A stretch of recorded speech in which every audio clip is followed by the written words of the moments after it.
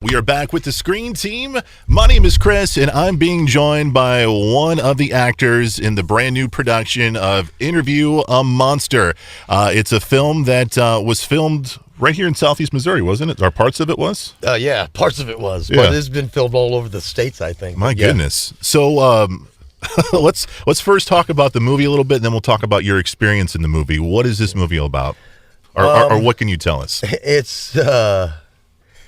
well, we've got some Bigfoot enthusiasts that are, and some big names in the Bigfoot, what do you call it, community, that are involved in this movie, which pretty much gives you an idea of who our monster is.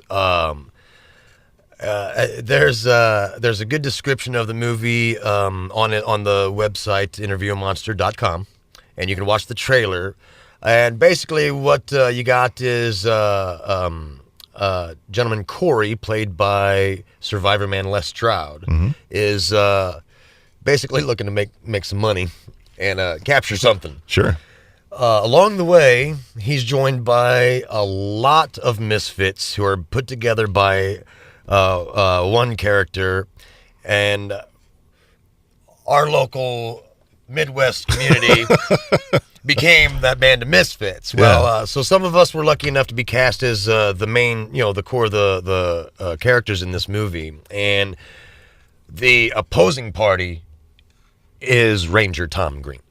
Not playing Tom Green. He's the Ranger. And so that poor guy winds up... I'm not sure actually who suffered more in this movie, if it was the Ranger or it was my character. Yeah.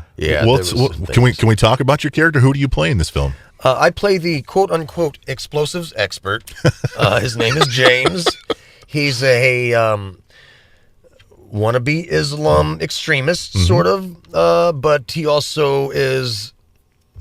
He really wants to love the people that he wants to blow up at the same time. So he's kind of a conflicted character, but his goal is pretty much set through the movie, but...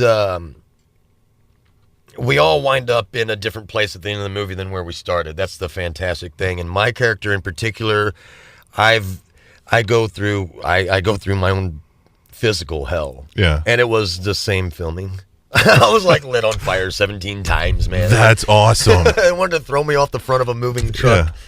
I do my own stunts. So how...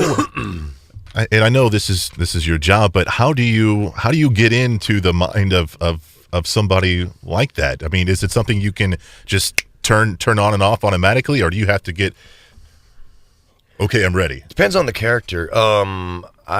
This character pretty much, the director is just like, look, nobody knows this character, so you're him. So it's basically just sort of naturally being me, doing my thing. But you ham it up a little. You know, you gotta play it right for the camera and stuff. And we had a lot of fun doing it.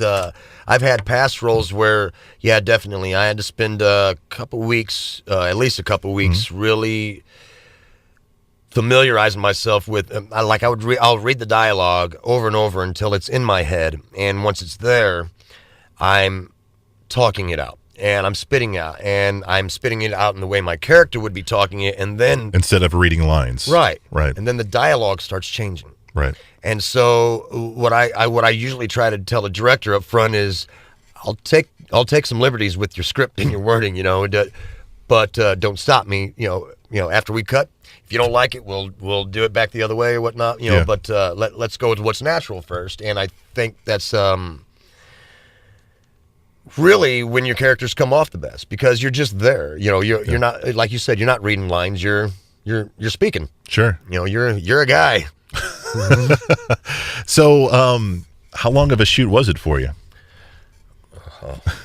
Were you on a couple weeks, couple days? This movie has been shooting for a couple years.